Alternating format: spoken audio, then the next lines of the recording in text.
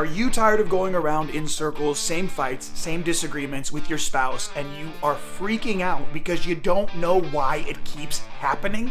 Well, some psychologists would tell you that it's probably not your spouse's fault. It's actually something you learned in childhood called an attachment style. It's a way of saying that you're not showing up to the relationship the way you are. You're showing up to the relationship based on your experience with relationship prior to ever being married. So you can stop blaming your spouse now. First of all, let me say that I am not a professional. I'm not claiming to be one. I'm not a counselor. I'm not a psychologist. I am not a therapist. The information I'm getting is from a resource called How We Love by Milan and Kay Yurkovich. Check it out. The link is in the description below. But if you want to explore your personal attachment style and how it's affecting your relationships, you can sign up for one of our sparring sessions, which is our one-on-one coaching resource at The Fight. There's a link below in the description. I cannot wait to meet with you. But if you don't want to meet with me and you just want to watch this video, that's fine too. It's time. Let's jump in.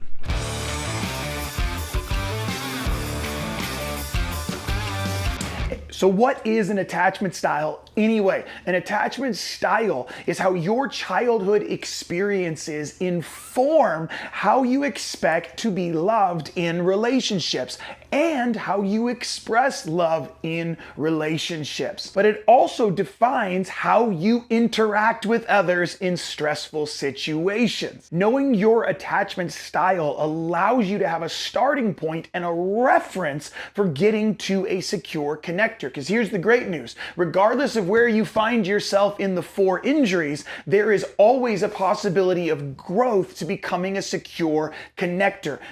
Finding yourself in one of these 4 categories does not define the rest of your life.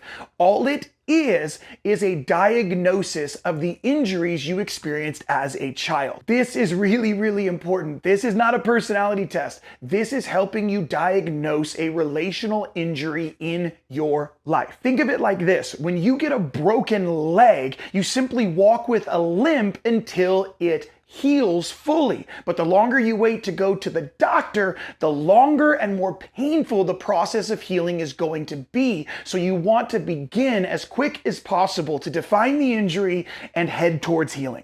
Because the truth is, you probably injured a few people along the way while you were leaning on them because you didn't want to deal with your broken leg. So let's start with the secure connector, where we're all supposed to be heading. Here's what a secure connector will experience. The person who has a secure attachment style is someone who grew up in a warm and consistent environment that allowed them to express and communicate their emotions. Therefore, that is what they create when they get older. Their parents modeled what conflict resolution looked like, so each child felt safe to express who they were and know that they're okay to be wrong and they're okay to be corrected, because it doesn't mean that the relationship is being fractured. It's an opportunity to grow and not to be pushed away. If this is your attachment style, congratulations, you've probably done a lot of work, but most of us are going to find ourselves in one of these other 4 boxes, so let's get to them.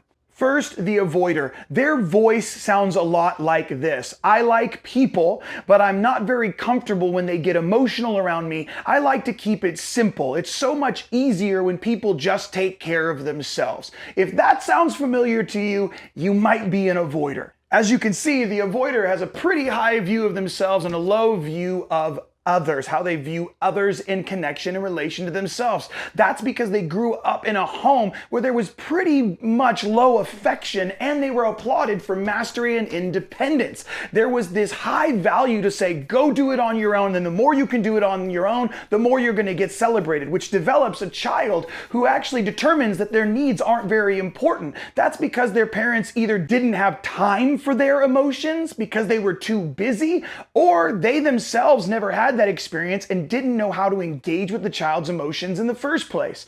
That creates adults that are totally self-sufficient, completely independent, and have no needs. They don't want any other needs from somebody else. In fact, they believe that everybody else who has high emotions is very, very needy. So let's move on to the pleaser.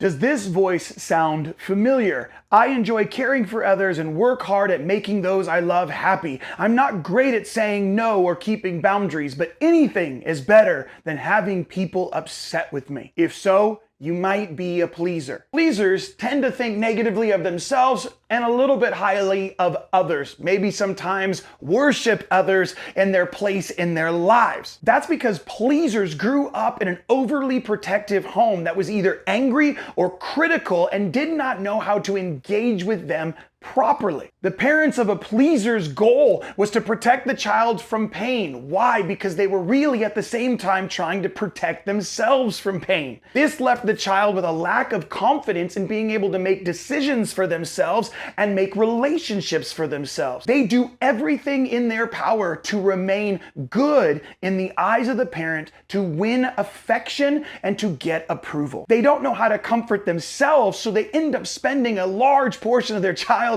attempting to comfort their parents. As adults, pleasers continue that same thing. They're monitoring all the moods around them to make sure that everyone around them is okay, even if they are dying on the inside. They perform for approval. This is how a pleaser gets affection and gets the attention that they need in order to make it through some of the difficult emotions they may be experiencing. They bury them under serving others. Looks beautiful on the outside, tormenting on the inside. So let's move on to the vacillator.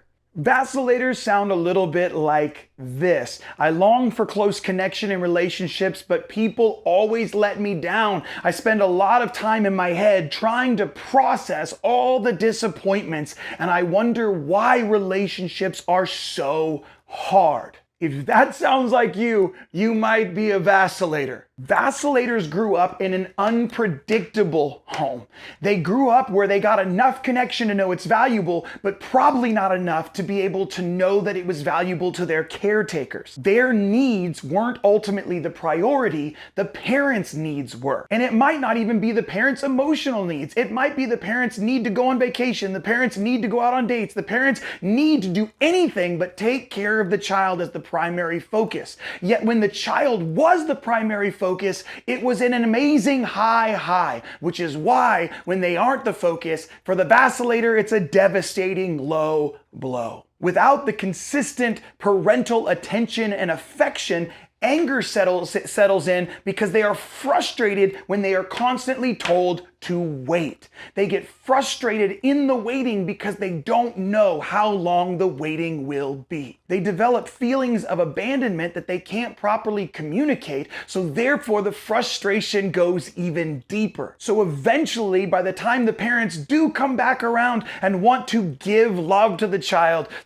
is so frustrated, they push them away. Maybe not with their words, but with their actions and their behavior. This is why the vacillator, just so we're clear, will idealize romantic relationships. They love the highs of the relationships because in the beginning stages of the highs of the connection, that is what they were always looking for as a child. So they end up perpetually chasing romantic encounter to romantic encounter, and it's hard for them to settle in because as adults, they're angry and they have a lack of trust in connections. They're not sure it will stick around. They're not sure if it's real, and so they avoid them at all costs and try to get to the next romantic high. And all of it is simply to avoid their own fear of rejection and abandonment. So now let's head to our last attachment style, which is the chaotic. Now, the chaotic has two sides to it, the controller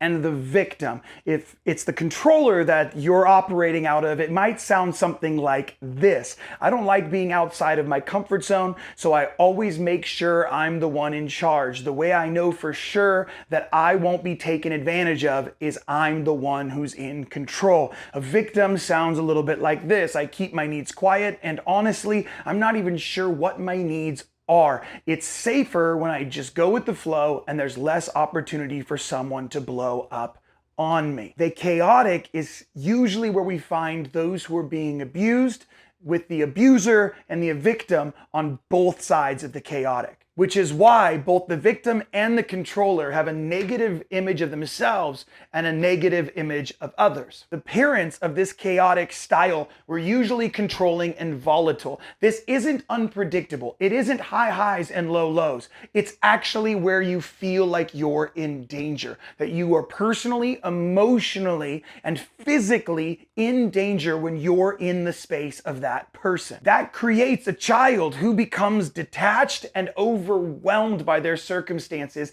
and they have a hard time processing even the most basic of emotions, which leads to an adult who takes on the same likeness of their experience in the home. They usually have an addiction of some sort that they carry with them in order to mask the pain, to cover the hurt, to cover the shame and the guilt, anything just to get out of the emotion that they are experiencing. And then they default to either becoming the victim or the victimizer. There's a lot more that goes into the chaotic attachment style, but we don't really have space for it here. If you found any of this helpful, you're going to want to check out part 2. It is one thing to know what your attachment style is based on a few statements, but you're also going to want to know, what are my steps towards growing into a secure connector? That's going to be in part 2. Check it out. I hope you enjoyed this video.